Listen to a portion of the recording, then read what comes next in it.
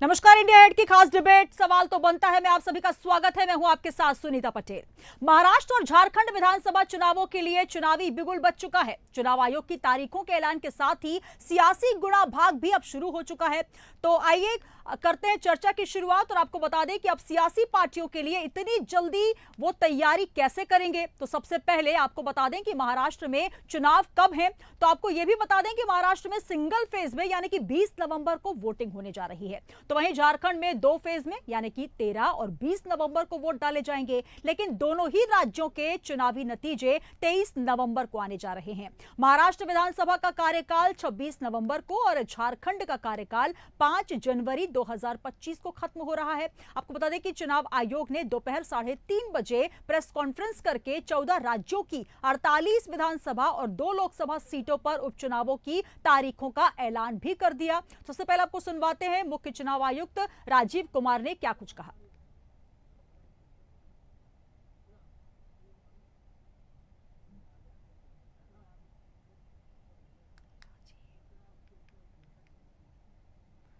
तो महाराष्ट्र में 20 नवंबर को वोटिंग होगी। तो वहीं झारखंड में 13 और 20 नवंबर यानी कि 2 फेज में वोटिंग होने जा रही है। नतीजे एक ही दिन यानी कि 23 नवंबर को घोषित किए जाएंगे।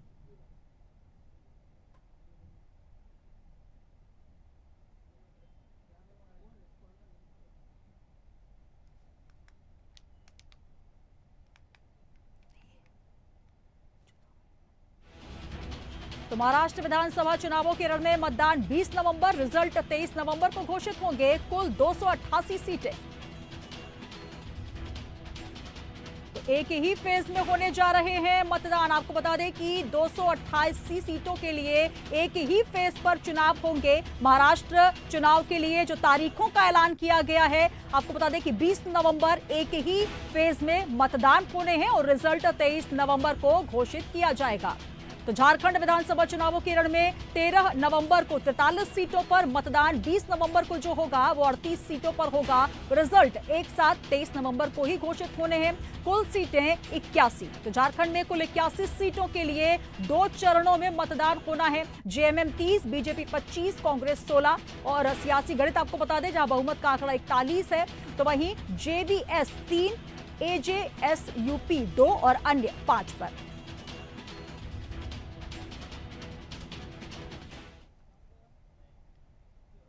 तो चलिए सबसे पहले बात करते हैं महाराष्ट्र की। महाराष्ट्र में महायुति यानी शिवसेना, बीजेपी और एनसीपी अजीत पवार गुट की सरकार है। एंटी इनकम्बेंसी और 6 बड़ी पार्टियों के बीच बंटने वाले वोट को साधना पार्टी के लिए बड़ी चुनौती होगी। 2024 लोकसभा चुनाव में महाराष्ट्र की 48 सीटों में इंडिया गठबंधन को 30 और एनडीए को 17 सीटें मिली। इनमें से बीजेपी को 9, शिवसेना को 7 और एनसीपी को सिर्फ 1 सीट मिली थी। बीजेपी को 23 सीटों का नुकसान हुआ था। तो अगर 2019 की बात करें तो लोकसभा चुनाव में एनडीए को 41 सीटें मिली। 2014 में यह आंकड़ा 42 था, यानी कि आधे से भी कम। 2024 लोकसभा चुनावों के हिसाब से बीजेपी 60 सीटों के आसपास सिमट जाएगी। तो वहीं विपक्षी गठबंधन के सर्वे में राज्य की 288 सीटों पर एमवीए यानी महाविकास अघाड़ी को 160 सीटें मिलने का अनुमान जताया गया है। भाजपा के लिए मराठा आंदोलन सबसे बड़ी चुनौती है और इसके अलावा शिवसेना और एनसीपी में तोड़फोड़ के बाद उद्धव ठाकरे और शरद पवार के साथ लोगों की सिंपैथी है। लेकिन चुनावी तारीखों के ऐलान के बाद सियासी दलों का क्या कुछ कहना है, चलिए आपको सुनवाते हैं।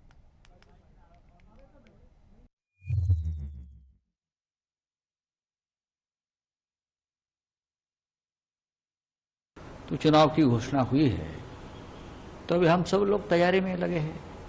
हम चुनाव आयोग से इतनी अपेक्षा करते हैं कि आप इस राज्य का चुनाव हरियाणा जैसा मत करिए। हरियाणा में जो हुआ है पूरी देश की जनता देख रही है, चाहे ईवीएम हो, चाहे पोस्टल बैलेट हो, चाहे जो सत्ताधारी पार्टी की जो सब सामने आई है बातें। महाराष्ट्र में ज़्यादा हो रहा है, पैसों का खेल चलेगा, पुलिस का और यंत्रणा का भी मिसयूज होगा। देखिए, महायुति पूरी तरह से चुनाव के लिए तैयार है। महायुति में हम लोग सामने जाएंगे। हमारी तीनों पार्टी का जो फार्मूला है वो भी निश्चित है। 2-3 दिन में फार्मूला ही बाहर आ जाएगा। फार्मूला एक ही है जीतने का, कौन सीट जीतेगा वो फार्मूला है।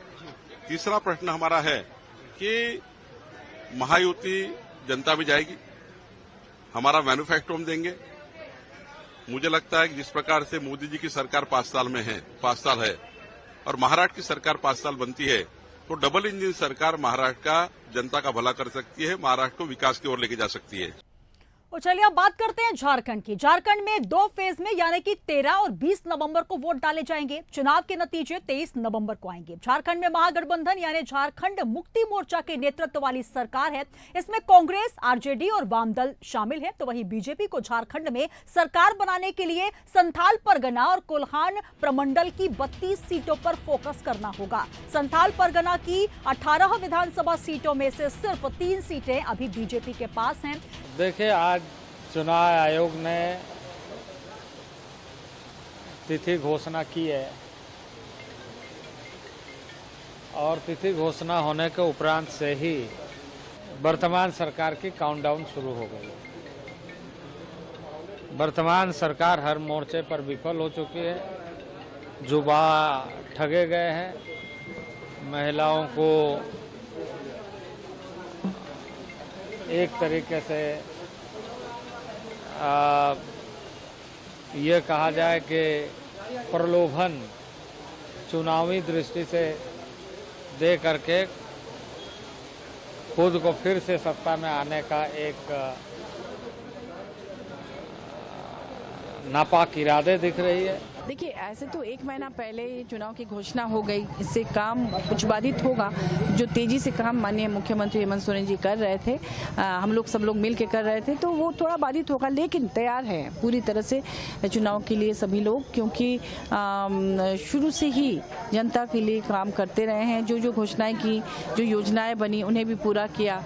इसलिए जनता का पूरा समर्थन है, पूरा विश्वास है और इस बार अगली बार भी हम लोग चुनकर आएंगे और यहाँ फिर से झारखंड मुक्ति मोर्चा और गठबंधन की सरकार बनेगी। आइए, हमारे साथ मेहमान भी जुड़ चुके हैं, सीधे रुख करेंगे मेहमानों का। हमारे साथ बीजेपी से राष्ट्रीय प्रवक्ता डॉक्टर राम सागर सिंह जुड़ रहे हैं। और सर, बहुत स्वागत है इंडिया एड में आपका। नमस्कार।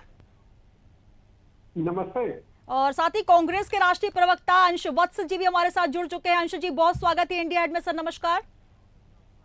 नमस्कार। और साथ ही हमारे साथ जुड़ रहे हैं शिवसेना शिंदे गुट से प्रवक्ता सुश्री बेन शाह जी। सर बहुत स्वागत है। सर नमस्कार। नमस्कार सर, आपसे ही शुरुआत करना चाहूंगी। जिस तरीके से अब एक चरण में चुनाव होना है, 288 सीटें और मात्र 35 दिन का वक्त बचा हुआ है, जहां पर लगातार अब अपनी अपनी पार्टी के दावे और वादे किए जा रहे हैं कि अब चुनाव हम ही जीतेंगे। लेकिन सबसे बड़ा सवाल कि अब 35 दिन के वक्त में किस तरीके से, जहां पर असली और नकली शिवसेना का भी पेच फंसा हुआ है, तो वहीं किसके सर पर चुनाव का जो मोहरा है, जीत का मोहरा है, ये समझ में आएगा। और हालांकि तमाम पार्टियां अपने अपने दावे तो कर रही है, लेकिन क्या कहेंगे शिवसेना की तरफ से, किस तरीके की तैयारियां, क्योंकि 35 दिन का मात्र समय शेष है 288 सीटों के लिए। नमस्ते सुनीता जी। आप सभी को नमस्कार और आपके द्वारा आपको श्रोताओं को भी नमस्कार। मैं इतना कहना चाहूंगी कि हम शिवसेना, खरी शिवसेना, जिसके पास सिंबल भी है, जिसके पास मराठी मतदार का विश्वास भी है, हिंदू मतदारों का विश्वास भी है, और हम 2.5 साल से ये सरकार चला रहे हैं महायुति की। और सारे जो हमने डिसीजंस लिए हैं वो लोक विमुख है। जो महिला हो, अन्नदाता हो, फार्मर्स हो, लेबरर्स हो, आप कोई भी ओबीसी, मराठा आरक्षण के मुद्दे जो अभी महाराष्ट्र में सब समझ गए हैं कि जो कोई मराठा आरक्षण दे सकता है, टिकने वाला आरक्षण, तो सिर्फ महायुति सरकार है। तो हम बिल्कुल तैयार हैं। हम जा रहे हैं इलेक्शन में हमारे आदरणीय प्रमुख नेता और सीएम महाराष्ट्र के एकनाथराव जी शिंदे के नेतृत्व में। हमारी लीडरशिप भी सेट है। बीजेपी हो, अजीत दादा हो, एनसीपी हो, दोनों ने मान लिया है कि हम इलेक्शन लड़ेंगे।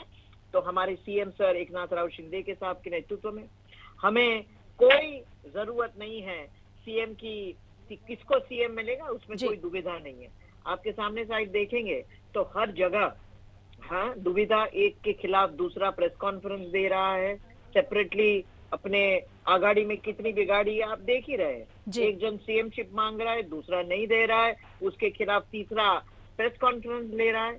महायुति सरकार जो सिर्फ और सिर्फ 2.5 साल में जा रही है लोगों के बीच अपनी जो काम लेके, विश्वास का हमें उनका प्राप्त जी। है। और आपको एक बता दूं मैं, शिवसेना को मराठी मतदारों का वोट संपूर्ण प्रमाण से प्राप्त है। लोकसभा में आप देखेंगे जी। हमारी जीत हिंदुत्व के मुद्दे पर और मराठी मानुस का मुद्दे पर मिली। जो उबाटा जीते सिर्फ और सिर्फ एक पर्टिकुलर कम्युनिटी, स्पेशली माइनॉरिटी के मतदान पर जीते। जी। अब ये बात माइनॉरिटी भी समझ गई है कि जीत और विश्वास और विकास हो सकता है सिर्फ महायुति सरकार से। तो हम पुरजोश तैयारी में हैं।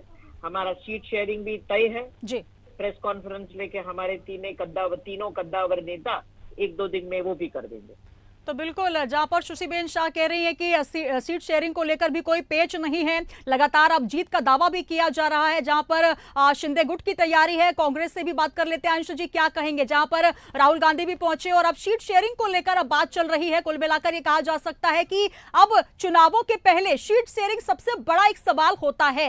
और जिस तरीके से मल्लिकार्जुन खड़गे हो या फिर कांग्रेस के तमाम प्रवक्ताओं का भी यही कहना है कि जो हरियाणा में हमने देखा, हरियाणा में जिस तरीके से पहले लगातार ये स्पष्ट होता जा रहा था कि कांग्रेस जीत दर्ज करा रही है, उसके बाद सीधे बीजेपी के खाते में तमाम वोट नजर आए और अब सीधे सीधे कांग्रेस को एक बड़ा यहां पर झटका मिला है। तो कहीं ना कहीं ओवर कॉन्फिडेंस में ना आए और अब महाराष्ट्र का चुनाव जो है वो मराठी अस्मिता के साथ कांग्रेस की अस्मिता का भी सवाल बन चुका है। क्या कहेंगे सर?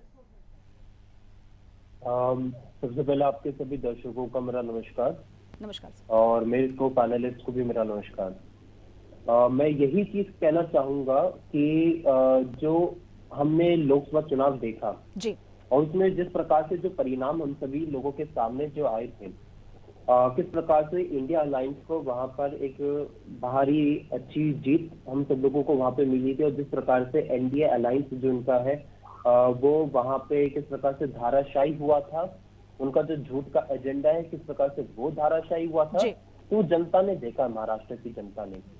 और इनका जो पिछले इन्होंने तोड़ के सरकार जो भारतीय जनता पार्टी ने बनाई है महाराष्ट्र में, जनता वो भी देख रही है। चाहे वो बात हो कि इनके जो सहयोगी दल थे शिवसेना, उन्हीं को ही तोड़ दिया इन्होंने, 2 भाग में कर दिया, या फिर मैं बात करूं एनसीपी, उसको ही इन्होंने तोड़ दिया। तो किस प्रकार से भारतीय जनता पार्टी की जो आज की एक मंशा है कि वो बस सरकार बनाना चाहते हैं, चाहे उसके लिए साम दाम दंड भेद भी अपनाना पड़े। और अभी जिस प्रकार से अमित शाह जी जब महाराष्ट्र में गए थे और उसके बाद उन्होंने अपने कार्यकर्ताओं को संबोधित करते हुए उन्होंने जो कहा था कि साम दाम दंड भेद अपनाना होगा, तो सबसे बड़ा सवाल तो यही आता है कि साम दाम दंड भेद क्या है, आप क्या अपनाना चाहते हैं?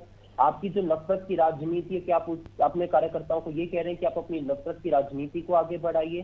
क्या आप ये कहना चाहते हैं? जी।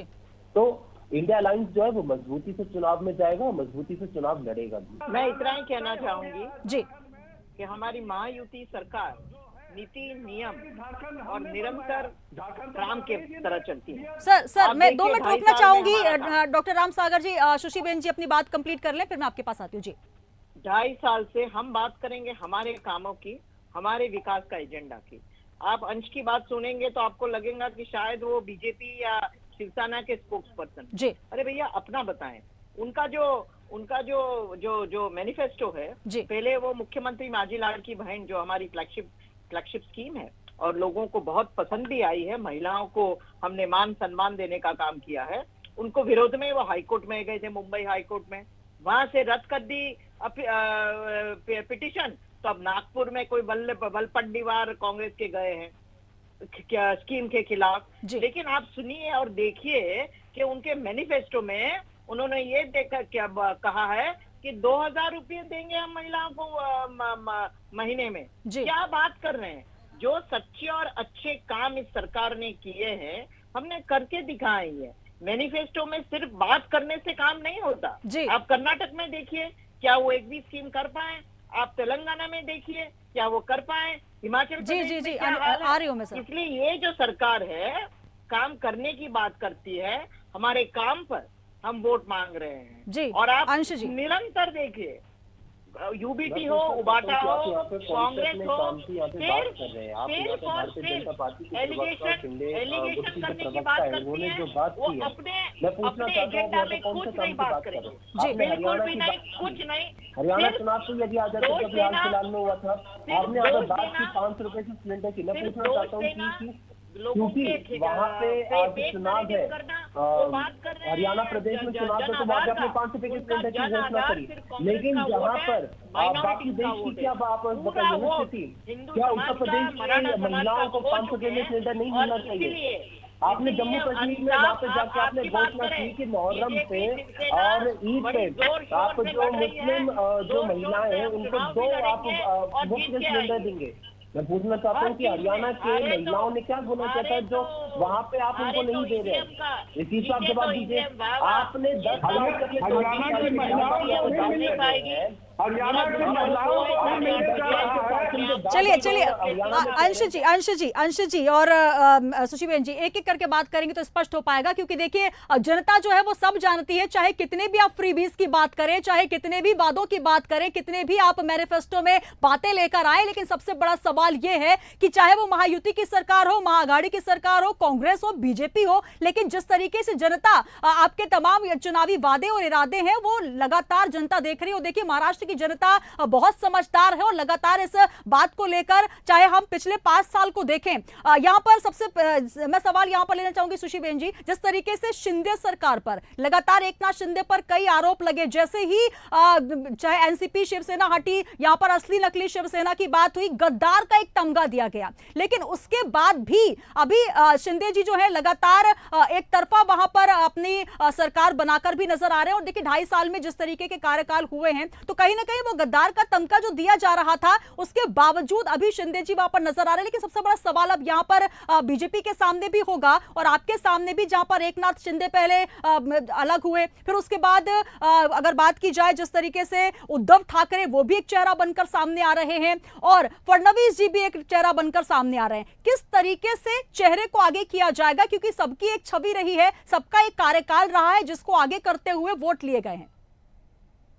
बिल्कुल मेरी बहन सुनीता जी, मैं आपको कहना चाहूंगी कि हमारे महायुति में बड़े कद्दावर नेता हैं, तो सारे कई हमारे चीफ मिनिस्टर साहब एकनाथ राव जी शिंदे जो हमारे प्रमुख नेता भी हैं, वो उभरे हैं द मोस्ट पॉपुलर सीएम के नाम पर। जो सारी उन्होंने स्कीम चलाई है महायुति ने, फिर वो हमारे सीएम सर हो, देवेंद्र फडणवीस जी हो या अजीत दादा हो, सारी स्कीम लोगों के लिए है, कॉमन मैन। सीएम अपने आप को कॉमन मैन के सीएम समझते हैं और इसलिए सारी स्कीम हमने उनके लिए चलाई है और सारों ने उसका स्वागत किया। सिर्फ आईएनसी और जो अगाड़ी बिगाड़ी है वही उनका विरोध करती है। क्यों विरोध करती है मुझे समझ में नहीं आता। गद्दार की बात करो, ये गद्दार आप बीच में गद्दार की बात करें तो 2019 में सबसे बड़ा गद्दार कौन था? सबसे बड़ा मुझे बोलने दिया। अंश जी 2 मिनट में आ रही हूँ सर, बात कंप्लीट कर लेंगे। कोई था तो वो खुद थे, उन्होंने लड़ाई, उन्होंने 2019 में 2019 में जो इलेक्शन लड़ा था, एक महायुति बीजेपी के साथ मिलकर लड़ा था और वो घुपिर गए। सबसे बड़े गद्दार वो खुद यूबीटी वाले हैं। 2019 में अपने आइडियोलॉजी से विपरीत जाके उन्होंने कांग्रेस और एनसीपी से गठबंधन किया और यही शिवसेना, जिसके हमारे प्रमुख नेता वंदनीय श्री बाला साहेब ठाकरे कहते थे कि कांग्रेस से जाने से पहले मैं मर जाना पसंद करूंगा। ये चलिए मैं कांग्रेस से जवाब ले लेती हूँ। जी क्या गद्दार की बात कर रहे हैं? जी मैं यही कहना चाहूंगा कि किस प्रकार से यहाँ पे भारतीय जनता पार्टी के मैं बात कर लूँ, यहाँ पे शिंदे गुट के जो शिवसेना उनकी मैं बात कर लूँ नेता की, उसमें मैं क्या जवाब दूं? यहाँ पे ये एक दूसरे को ही यहाँ पे बर्दाश्त नहीं कर पा रहे हैं। कोई कहता है कि हमारी अजीत पवार जी हमारे साथ आ गए, इस वजह से हमारी सीटें कम हो गई हैं। तो यहाँ पे तानाजी सावंत कहते हैं कि भैया हम एक दूसरे को बर्दाश्त नहीं कर पा रहे, एक दूसरे को देख के हमें उल्टी आती है। तो किस प्रकार से एक दूसरे पे यहाँ पे आरोप प्रत्यारोप का दौर चल रहा है। तो जब एक दूसरे में ही जो है लड़ाई चल रही है, तो मुझसे यहाँ पे जवाब देने के लिए तो कुछ है नहीं। जब हम अपनी यहाँ पे महाविकास आघाड़ी की जब हम बात करते हैं, तो हम यहाँ पे बात करते हैं, अगर वैसी बात होती तो देवेंद्र फडणवीस मुख्यमंत्री पहले रह चुके थे, डिप्टी सीएम बनकर के काम नहीं करते ना। जो है सर्वोच्च रखना है, इस देश को प्रथम रखना है, और उसके बाद किसी हम लोग को अपने पर्सनल एम्बिशन से उनको साइड में रखने की यहाँ पे बात करते हैं। हमने जब हमारे जो 2.5 साल की हमारी सरकार रही थी, उसके समय पे भी हमने देखा, आज जो है महाराष्ट्र में आप देखेंगे, जब से महायुति की सरकार आई है, किस प्रकार से एक के बाद एक महाराष्ट्र में कानून व्यवस्था जो है वो चरमरा गई है। अभी सबसे बड़ा जो हमारा उदाहरण है वो बाबा सिद्दीकी जी के ऊपर किस प्रकार से जो है गोली चली है दिन दहाड़े। तो वो अगर एक जो पूर्व में गृह मंत्री रहे हैं, इनकी ही सरकार में वो अगर नेता है जिनके बेटे जो है एमएलए है, अगर वो ही वहां पे सुरक्षित नहीं है, तो आप सोचिए कि वहां पे एक आम नागरिक के ऊपर क्या हो सकता है। आप सोचिए कि अगर एक गुजरात की जेल में कैद एक आरोपी जो है व्यक्ति, अगर वो इसकी जिम्मेदारी लेते, तो सोचिए कि आप एक जेल में कैदी जिम्मेदारी ले रहे हो, उस पर सोचिए उसका क्या नेटवर्क और आपकी इंटेलिजेंस एजेंसी क्या कर रही थी। कि सीधे अब बीजेपी का जो पूरा का पूरा फोकस है महाराष्ट्र विधानसभा चुनावों को जीतना और 288 जो सीटें हैं उसमें ज्यादा से ज्यादा बहुमत के आंकड़े तक पहुंचना। मैडम, बीजेपी का केवल महाराष्ट्र ही नहीं बल्कि झारखंड भी टारगेट है, और दोनों स्टेट में हमारी सरकार बनने जा रही है। झारखंड में सोरेन के सरकार को यहाँ की जनता गिराने का मन बना चुकी है, और महाराष्ट्र में पुनः जो हमारी गठबंधन की सरकार है उसको सत्ता सौंपने जा रही है। डील करने का काम किया है। वहाँ के झारखंड के आदिवासी व्यक्तियों भूले नहीं है, वहाँ की जनता जो है वो भूली नहीं है किस प्रकार से आपने उनके नेता को वहाँ पे अपमानित करने का काम किया है। तो वो जो है चंपई सोरेन को तो इसने हेमंत सोरेन ने अपमानित करने का काम किया, उसका बदला लेने जा रही है। सीता सोरेन को हेमंत सोरेन ने अपमानित करने का काम किया है। हमने किस प्रकार से झारखंड में वहाँ के आदिवासियों के जमीन जोड़ो तीनों जेल में डालने का वहाँ पे जो काम किया है, वहाँ की जनता भूली। सर अंश जी पहले बात रख लें। अजीत पवार जी को अगर मोदी जी जैसे जो इस देश के प्रधानमंत्री है, मैं मानता हूँ अगर मोदी जी कह रहे हैं कि उन पर 70,000 करोड़ के भ्रष्टाचार का आरोप है और उसके बाद ईडी सीबीआई उन पर कार्रवाई नहीं करती, उनको जेल में बंद नहीं करते, तो और ऐसे व्यक्ति पर झारखंड केस तो बंद नहीं हुआ है ना। अंश जी अभी जो पाला है वो सर अभी जांच चल रही है, अभी वहां पर जेल बेल से छूटे हुए हैं, अभी उसका स्पष्ट अभी नहीं आया है, पूरा उसमें जांच हो जाने दीजिए, उसके बाद जो आरोप आप लगा रहे हैं वो लग जाएंगे, क्योंकि कोई भी एजेंसी बिना साक्ष्य के किसी को भी, और वो भी सीएम जैसे जिम्मेदार पद पर अगर कोई व्यक्ति है तो उसको गिरफ्तार नहीं करती। क्या प्रधानमंत्री मोदी जी ने बिना किसी साक्ष्य बिना किसी प्रमाण के क्या आरोप लगाया था? ऐसे जो वो रोज दिन दहाड़े बैठ के किसी न किसी को आज चुन के फिर आरोप लगाते हैं। अंश जी किसी भी देखिए नेशनल एजेंसी जो कि किसी भी व्यक्ति पर अगर हाथ डालती है, वो भी सीएम जैसे पद पर, तो कहीं ना कहीं उनके पास साक्ष्य होंगे, और अभी भी जांच चल रही है सर, उस विषय में बात बाद में करेंगे। हमारे साथ अब फहमीदा जी भी जुड़ चुके हैं, फहमीदा हसीन जी एनसीपी नेता है शरद गुट से। मैम बहुत स्वागत है आपका, नमस्कार। नमस्ते जी फहमीदा जी, हालांकि हम झारखंड की बात कर रहे हैं, महाराष्ट्र की बात कर रहे हैं, जहां पर लगातार अब चुनावी बिगुल तो बच चुका है, लेकिन सबसे महत्वपूर्ण जिस तरीके से चुनावों में वोट को लेकर सबसे पहले बात होती है सीट शेयरिंग को लेकर, क्या लगता है जिस तरीके से कांग्रेस हो या फिर एनसीपी हो, लगातार अब सीट शेयरिंग को लेकर भी चर्चा हो रही है, जहां पर अब राहुल गांधी भी पहुंचे हुए हैं। कुल मिलाकर ये कहा जा सकता है कि अब सबसे पहले जो सवाल है, क्या लगता है आपको सीट शेयरिंग में कितनी बात बनती नजर आएगी, क्योंकि अब जिस तरीके से महायुति महाआघाड़ी के बीच कांटे की टक्कर है, तो सबसे पहले जो सीटें सबसे ज्यादा हाई प्रोफाइल मानी जाती हैं उस पर भी नजर है। देखिए सीट शेयरिंग की जो बातें हैं वो लगातार मेरे को लगता है करीबन खत्म हो चुकी है जी, और जो हमारे वरिष्ठ है उन्होंने जो भी किया है उस हिसाब से जिसके जितने आमदार है वो सीटें उनको जाएगी, और बाकी जो भी मजबूत कैंडिडेट है, जैसे कि हमारे जो अजीत दादा के साथ में चले गए जो कैंडिडेट, वहाँ पे सारे बीजेपी के लोग जो ने पक्ष प्रवेश करके उनको भी समझ में आ गया कि जो बीजेपी पार्टी है वो यूज कर रही है, यहाँ हमारा क्या काम है। मैं नहीं कह रही हूँ, वो बीजेपी के लोग ही कह रहे हैं जी। और दूसरी बात अभी आपने ये की कि जैसे कि प्रधानमंत्री मोदी जी जम्मू कश्मीर का और हरियाणा का इतना मतलब चुनाव होने के बावजूद भी लगातार अमित शाह जी भी जो महाराष्ट्र में आ रहे हैं जी। तो हमारा मानना ऐसा है कि जैसे कि अमित शाह जी और हमारे नरेंद्र मोदी जी दोनों महाराष्ट्र की लगातार रेकी कर रहे हैं, क्योंकि बीजेपी सरकार महाराष्ट्र में जो खेला करने जा रही है ना, वो हरियाणा में समझ में आ गया है महाराष्ट्र के लोगों को कि रेकी यहाँ, इसी वजह से उन्होंने ट्रायल वहाँ हरियाणा में कर चुके वो, और सभी विपक्षी पार्टी भी चौकन्ने हो चुकी है, क्योंकि आनंद पानन में इन लोगों ने इतना जो योजनाओं का जो फटाफट डिसीजन लिया। 10 साल में सरकार में रहते हुए उन्होंने टोल टैक्स फ्री नहीं किया कभी भी, और अचानक से रातों रात वो घोषणा करे कि टोल भी फ्री है, और लाडली बहन, लाडले भैया और क्या क्या उन्होंने अमीर दिखाए मदरसों के, आप जैसे अभी बताया आपने कि सैलरी 3 गुना कर दी। लेकिन फेमिना जी देखिए, जो भी पार्टी जब चुनाव लड़ने के पहले अपना मैनिफेस्टो लेकर आती है, जो सत्ताधारी पार्टी है, क्योंकि अगर वो पहले से ही पार्टी सत्ता में है तो कहीं ना कहीं जनता के लिए विकास के मुद्दों पे बात करती है। लेकिन हाँ, सीधे सीधे आरोप लग रहा है डॉक्टर रामसागर जी की जैसे ही चुनाव आयोग की पीसी होनी थी उसके पहले 4 घंटे पहले तक घोषणा की गई है, और उसके पहले आगे हम 2 दिन पहले की बात करें तभी भी घोषणा, जहां पर आशा कार्यकर्ता, आंगनबाड़ी कार्यकर्ता, तो वहीं मदरसे पर ट्रिपल सैलरी, इसको लेकर लगातार सवाल तो उठ रहे हैं कि एक साथ इतनी सारी घोषणाओं का अंबार लगा दिया गया, क्या कहेंगे?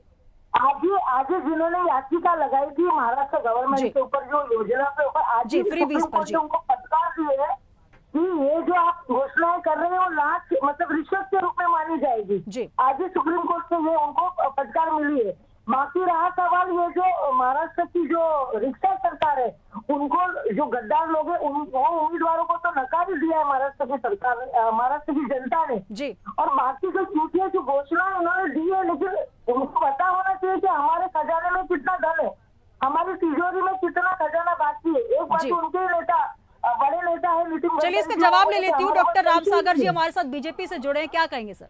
समय आ गया ना, चुनाव में जनता तय करेगी।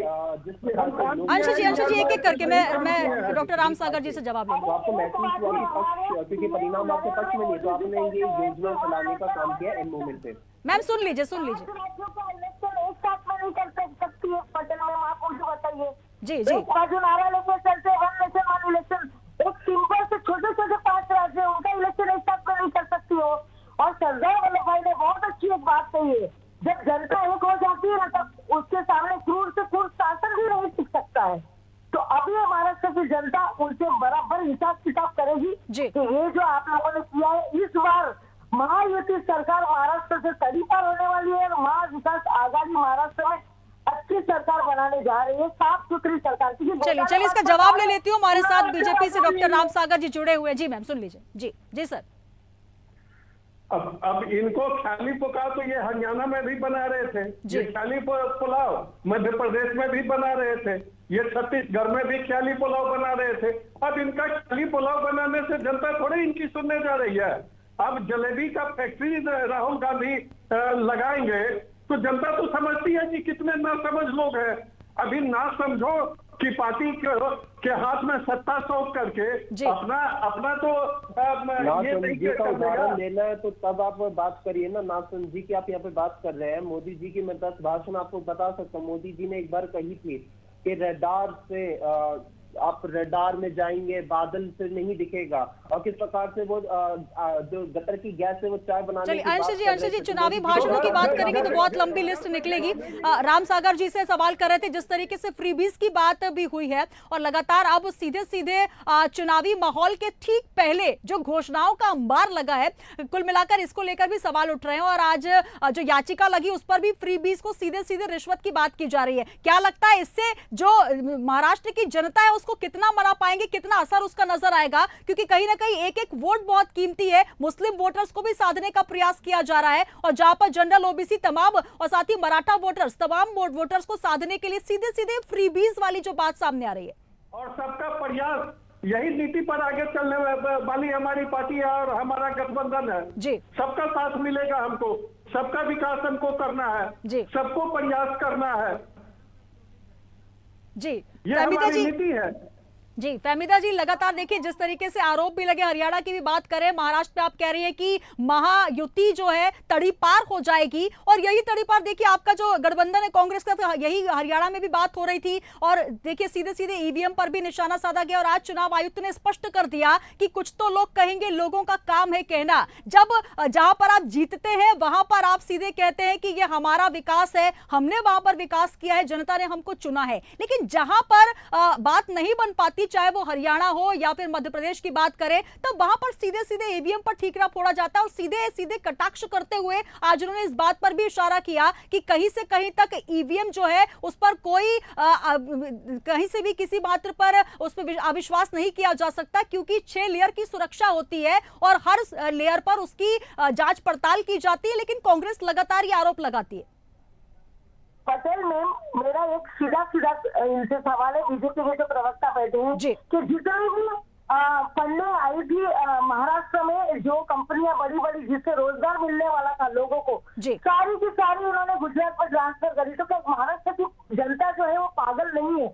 उनको बीजेपी की मंशा पहले से ही पता चल गई, और इसीलिए इन्होंने अभी जो सरकार गिराई जिसमें 2000 करोड़ रुपया उन्होंने इनको आमदारों को खरीदा है जी, तो ये सारी चीजें मालूम है, और लोकसभा में इसका जो है वो लोगों का गुस्सा देखी भी गया है।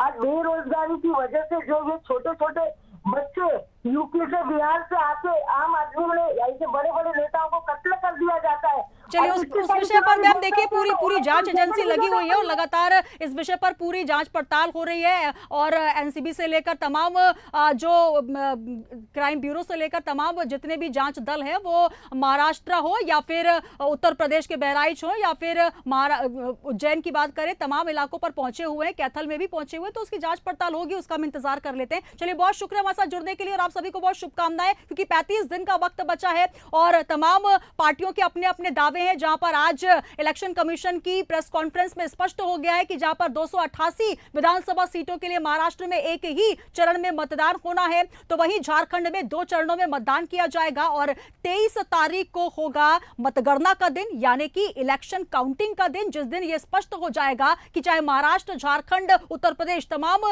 जो जनता है उसने किस पर विश्वास किया है। तो सभी के दावे, सभी के मैनिफेस्टो के बाद यह स्पष्ट होगा, क्योंकि जनता सब कुछ जानती है। बने रहिए इंडिया एट के साथ। नमस्कार।